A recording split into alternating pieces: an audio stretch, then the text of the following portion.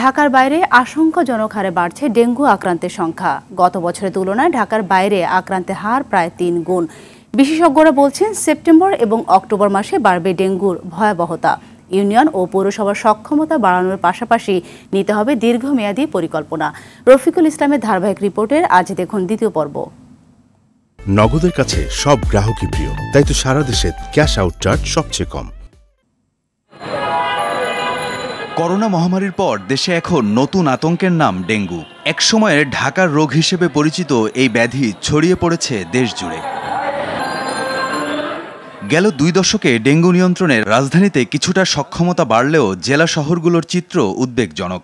বিশেষ করে ইউনিয়ন ও পৌরসভা পর্যায়ে এডিস মশা নিয়ন্ত্রণের সক্ষমতা নেই বললেই চলে। আমাদের কোনো ওষুধ টষুধ কোনো সিডায় না, কোনো কিছু না। পর্যন্ত আমার সামনে কোনো মশার ওষুধ দেওয়া পড়ছে না, আমি দেখি নাই। মশার উৎপত্তির লেগে তো আর যন্ত্রণা আর সহ্যই করেন জানা। বছর খানাকে একদিন দেখছিলাম যে বুবু করে কি স্প্রে মারে, পিতাইছিন অপ্রতুল লোকবল ও যন্ত্রপাতি দিয়ে কোনো রকম সেবা দিয়ে যাওয়া স্থানীয় সরকারের প্রতিষ্ঠানগুলোর কাছে ডেঙ্গু সামাল দেয়া রীতিমতো চ্যালেঞ্জিং। ১-২টা মেশিন দিয়ে তো আমাদের এই পুরা ইউনিয়নে ওষুধ স্প্রে করতে একটু সময় লাগবে। কীটতত্ত্ববিদ অধ্যাপক ডক্টর গোলাম সারোয়ার জানান, আবহাওয়ার বিরূপ আচরণ ও জলবায়ু পরিবর্তনের কারণে ডেঙ্গু পরিস্থিতি জটিল হয়ে উঠেছে। নগদের কাছে সব গ্রাহকই প্রিয়, তাই তো সারা দেশে ক্যাশ আউট চার্জ সবচেয়ে কম। গত বছর পিকে চলে গিয়েছিল সেপ্টেম্বরে। এই বছর যে ট্রেন্ডে চলছে সেই ট্রেন্ডে সেপ্টেম্বরে অথবা অক্টোবরে যে কোনো জায়গায় হয়তো বা পিকে চলে যেতে পারে। এখন গত বছরের চেয়ে যদি আরও ভয়াবহ পরিস্থিতির দিকে যদি যায় তাহলে আমাদের জন্য কিন্তু এটা কখনোই ভালো সংবাদ নয়।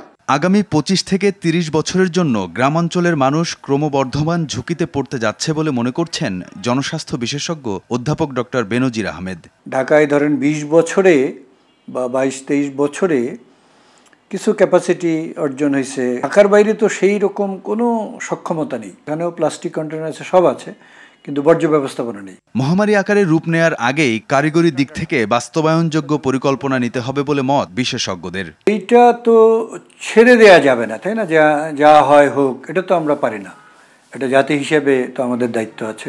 কারিগরি দিক থেকে সঠিক একটা আমাদের বাস্তবায়নযোগ্য কর্মপরিকল্পনা তৈরি করা উচিত, যাতে করে আমরা একটা সময় বেঁধে দিয়ে যে ডেঙ্গুকে আমরা কোন জায়গায় দেখতে চাই, যাতে গ্রামে ব্যাপক ডেঙ্গু সংক্রমণ না ঘটে, এইটা আমরা একটা আমাদের লক্ষ্যমাত্রা ঠিক করতে পারি। রফিকুল ইসলাম, RTV, ঢাকা।